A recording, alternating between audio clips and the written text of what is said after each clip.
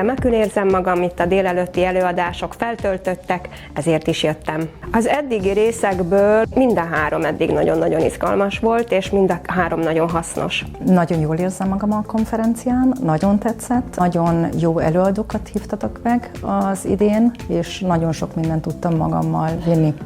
Mindenféleképpen számítok pozitív változásokra, 100%-os pozitív változásokra. Korábbi időkhöz képest sokkal hamarabb bántják meg egymást, de nincs is tudomásuk arról, hogy megbántotta a másikat, mert annyira ezt hallja mindenhonnan, sajnos a felnőttektől is. Odavágnak egymásnak a felnőttek is gondolatokat, mondatokat, bántásokat, és nincs következménye, és a gyerekek életében sincs következménye. Nagyon jól érzem magam, ez a konferencia nagyon jó kedvet csinál, nagyon jó ötleteket ad, sokszor megláttat velünk olyan dolgokat, amit magunk nem tudtunk hova elhelyezni, és akkor ugye a fejünkhöz kapunk, hogy ó, tényleg, vagy hogy tényleg így kellene reagálni. Nagyon jól érzem magam az előadások után, és nagyon várom a délutáni folytatást. Minden témakörben nagyon jó előadókat láttunk. Ezek a problémák áthatják a mindennapjainkat, tehát az, hogy ezekre valamiféle megoldási útmutatót kapunk, az a mindennapjainkban segítség. A várakozásaimat felülmúlja az érzés, amit most érzek.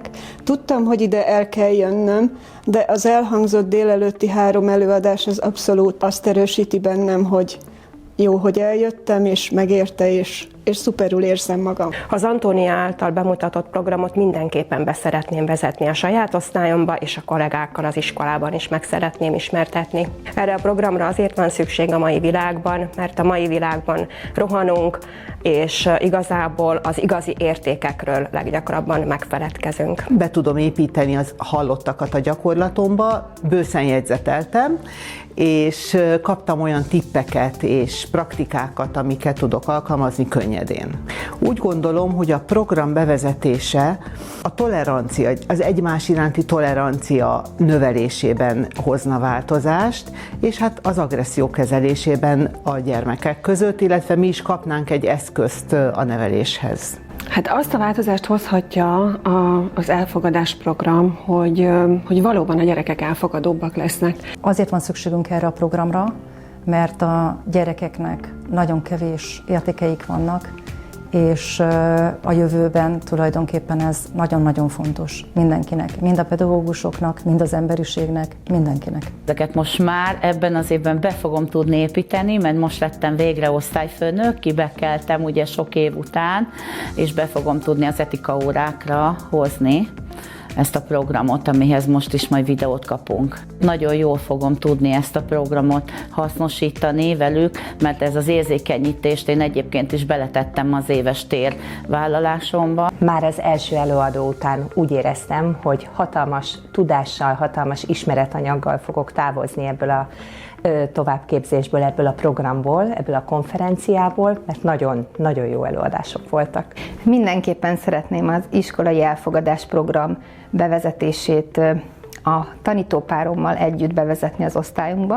Azt a gyakorlati tudást viszem haza, hogyha egy agresszív viselkedésű gyerekkel szembe kerülök, akkor hogyan tudok ebből a szituból nem vesztesként, hanem győztesként kikerülni. Ez a 3 módszer számomra zseniális, és az a jó, hogy instant, és ezt már hétfőn alkalmazni is tudom.